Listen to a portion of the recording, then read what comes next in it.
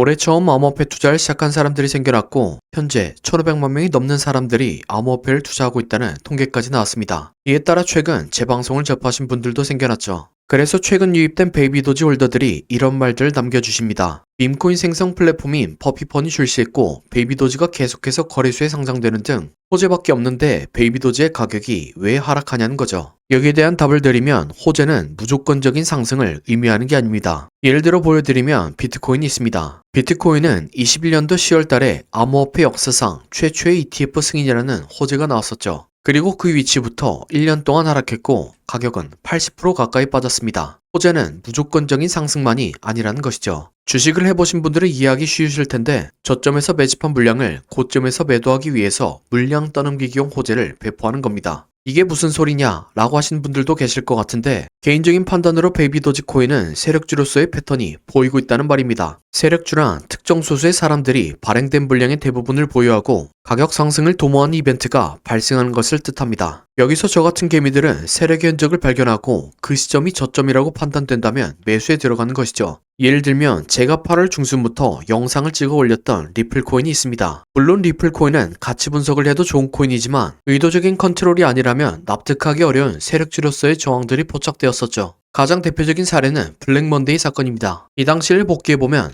8월 5일에 엔케리 청산과 각종 경제지표가 안 좋게 나옴에 따라서 주식과 코인의 가격이 모두 폭락한 사건이 있었습니다. 그리고 이틀 뒤인 8월 7일에는 오랜 기간 동안 리플을 괴롭혀온 SEC가 리플과의 소송에서 사실상 패소했다는 호재가 나왔죠. 이에 따라 블랙먼데이 때는 34% 빠졌고 소송에서 승소했을 때는 49%의 상승이 있었습니다. 여기서 리플 자세하게 관찰하신 분들은 이게 의도적인 연출이라는 걸 알 수 있었죠. 바로 7월 18일과 8월 1일 날 리플과 SEC의 비공개 회의를 연달아 취소시킨 겁니다. 그것도 사유도 공개하지 않은 거죠. 이건 리플에서 8월 5일 날 악재가 나올 걸 미리 알고 있었고 이를 이용해서 최대한의 이득을 보려고 한 거죠. 그래서 리플은 본인들의 생각을 실행에 옮깁니다. 원래대로라면 7월 18일 날 정상적으로 비공개 회의가 진행됐을 겁니다. 그리고 7월 말에 승소 뉴스가 발표되고 8월 5일에 블랙먼데이가 찾아왔겠죠. 하지만 최대한의 이득을 보기 위해서 7월 18일과 8월 1일 날 비공개 회의를 의도적으로 취소시켰죠. 그 덕분에 7월 말에 나왔을 될 호재가 블랙먼데이 이후에 발표됐습니다. 결과적으로 세력은 힘들이지 않고 저렴한 가격의 리플코인의 물량을 매집할 수 있었습니다. 그리고 세력의 타점은 이후로 한 번도 깨지지 않았고 500%가 넘는 상승까지 만들어졌죠. 이와 마찬가지로 베이비도지코인은 온체인 데이터와 여러 정황들을 통해서 세력주임을 짐작해 볼 수 있었죠.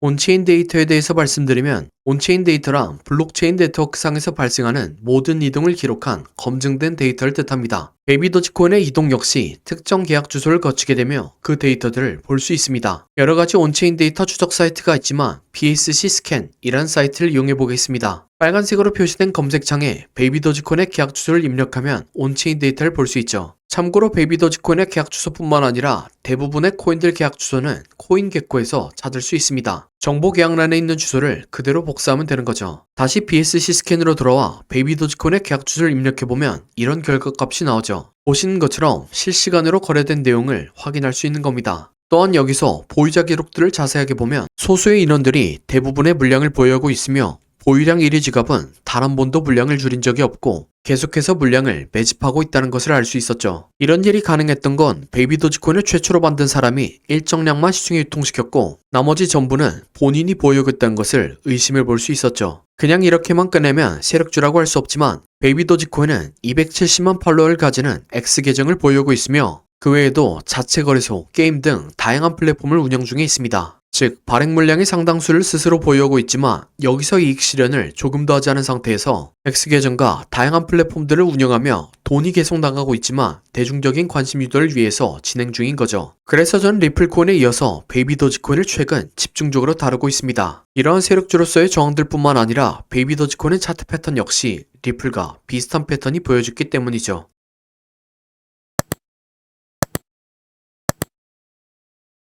이 차트 패턴은 바로 충격 파동입니다. 이 패턴은 시장의 심리 상태를 반영한 기술적 분석 방법이죠. 이 패턴이 나오면 이후에 거대한 조정이 만들어지지만 저점을 깨지 않고 고점을 추가적으로 갱신합니다. 예를 들어 리플은 24년 7월에 충격 파동이 완성되었습니다. 충격 파동 이후에는 이론대로 거대한 조정 파동이 만들어졌지만 저점을 깨지 않았죠. 이 위치에서 조정 파동이 충격 파동보다 크게 나왔고 파동의 형태를 생각해서 큰 상승이 나올 것을 예측해 볼 수 있었죠. 임펄스보다 훨씬 길게 지속된 복합 조정이 완성되었기 때문에 연장된 형태의 임펄스가 나올 것으로 예상하며 최소한 리플의 가격이 1달러 이상까지 올라가지 않을까 생각합니다. 그리고 이론대로 리플은 타점부터 500%가 넘는 상승을 만들어냈습니다. 에비도지 역시 최근에 충격 파동이 완성되었습니다. 그래서 거대한 조정이 나올 걸 예상해 볼 수 있었죠. 그리고 최근 거래량을 터뜨리며 상승을 만들어냈고 역사상 최고점까지 만들어냈죠. 거기에 대해 최근 상승의 시작 부분을 보면 충격 파동이 나왔습니다. 충격 파동이 나오면 거대한 조정 파동이 만들어지지만 저점을 깨지 않고 고점을 추가적으로 갱신하죠. 조정 파동 이후에 매수에 들어간다면 큰 수익을 볼 수 있지 않을까 생각합니다. 그리고 이론대로 베이비도지 코인 역시 거대한 조정 파동이 만들어지고 있죠. 현재는 시장의 분위기와 함께 하락이 지속될 것이라고 생각되지만 리플과 마찬가지로 618 부근에서 적절한 형태와 함께 완성된다면 매수에 들어가려고 합니다. 이 위치에서는 다시 한번 방송 촬영을 하고 영상을 업로드하도록 하겠습니다. 하지만 이것도 기다리기 힘들다 하시는 분들이 계시죠. 베이비도지코인의 실시간 타점을 받고 싶으신 분들은 화면 더보기란에 있는 요청사항에 베이비도지 차트라고 남겨주시기 바랍니다. 그러면 패턴 완성에 맞춰서 차트를 보내드리도록 하겠습니다. 하지만 투자에 대한 책임과 결정은 본인에게 있다는 점을 명심해 주시기 바랍니다. 그럼 새해 복 많이 받으시길 바라며 다음 영상으로 찾아뵙도록 하겠습니다.